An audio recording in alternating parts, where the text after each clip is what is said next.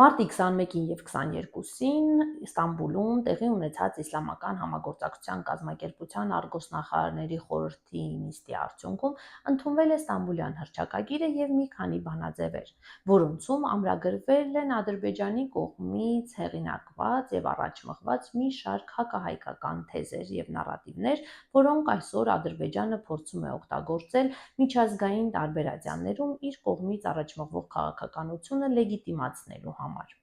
Մասնավորապես, Իսլամական համագործակցության կազմակերպության ընդունած հռչակագրում անդրադարձ է կատարվում Հայաստանի և Ադրբեջանի միջև այսօր առկա երկխոսությանը, միանշանակ աջակցություն է հայտնվում Ադրբեջանի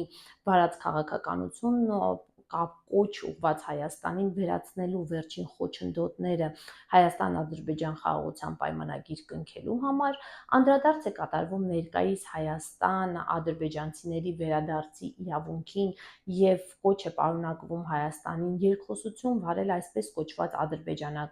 Արևմտյան Ադրբեջանի բնակչության իրավունքները պաշտպանող հասարակական կազմակերպության հետ և այլն։ Բացի այդ, ընդունվել են զուգահեռ այլ բանաձևեր, որտեղ անդրադարձ է կատարվում Խոջալույի դեպքերին, ինչպես նաև մշակութային ժառանգությանն ու դրա հանդեպ Հայաստանի իբրև թե բացասական վերաբերմունքին և քաղաքականությանը։ Փաստացի այս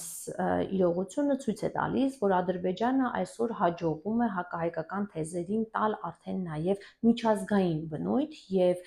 57 երկիր ներկայացնող կազմակերպության անունից լեգիտիմացնել այս թեզերն ու քաղաքականությունը և այդ կոչերը և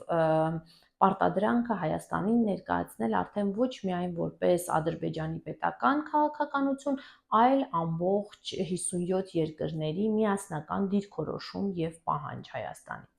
Իսկ սա նշանակում է, որ Հայաստանի դիվանագիտությունը եղել է այնքան անարդյունավետ, որ այս 57 երկրներից ոչ մեկը դեմ չի արտահայտվել այս ձևակերպումներին և փաստացի հնարավոր է դարձել կոնսենսուսի սկզբունքով այս հայտարարության ընդունումը։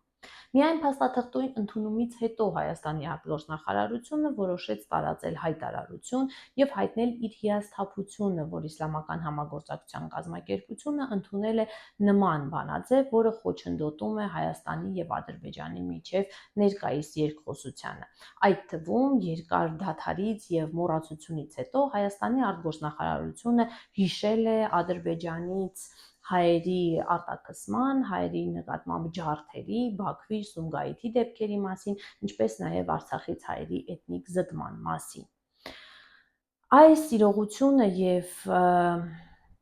Ադրբեջանի քաղաքականության հաջողելը ցույց են տալիս, որ Հայաստանի իշխանությունների որդեգրած քաղաքականությունը, այն է չխոսել Ադրբեջանի համար անցանկալի թեմաների մասին և ամեն հնարավոր առիթ օգտագործել սեփական կառուցողականությունը ցույց տալու համար, որևէ իրական արդյունք չի ունենում, ավելին պարարտ հող է ստեղծում, որպեսզի Ադրբեջանը կարողանա այդ թվում միջազգային ատյաններում լեգիտիմացնել Հայաստանի նկատմամբ իրականացվող պարտադրանքի քաղաքականությունը և արդեն սեփական